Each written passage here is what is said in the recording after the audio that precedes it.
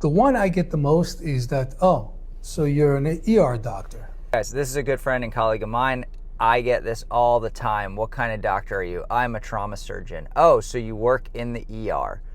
No, not exactly. So what's the difference? Well, in the emergency room, there is the trauma bay. And then we do see consults all the time in the emergency room, whether they're trauma surgery consults or acute care surgery consults.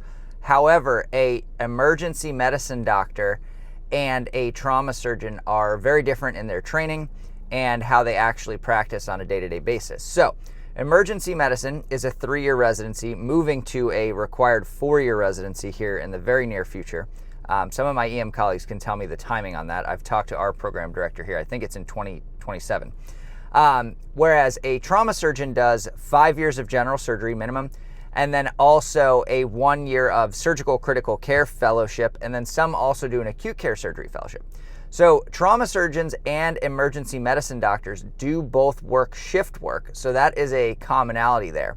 And we are physically in-house in the hospital. So when I say I'm on call, for me, that means I'm physically in the hospital, but I'm not physically downstairs in the emergency department staffing patients that come in one after the other after the other. I'm going down to only see trauma alerts or acute care surgery consults, say acute appendicitis or an incarcerated hernia, anything like that. So there are some similarities, but again, the training is completely different, and then the scope of work and practice is completely different.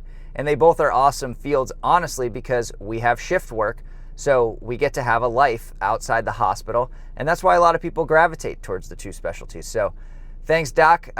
Good seeing you in that video, and more to come soon about this topic.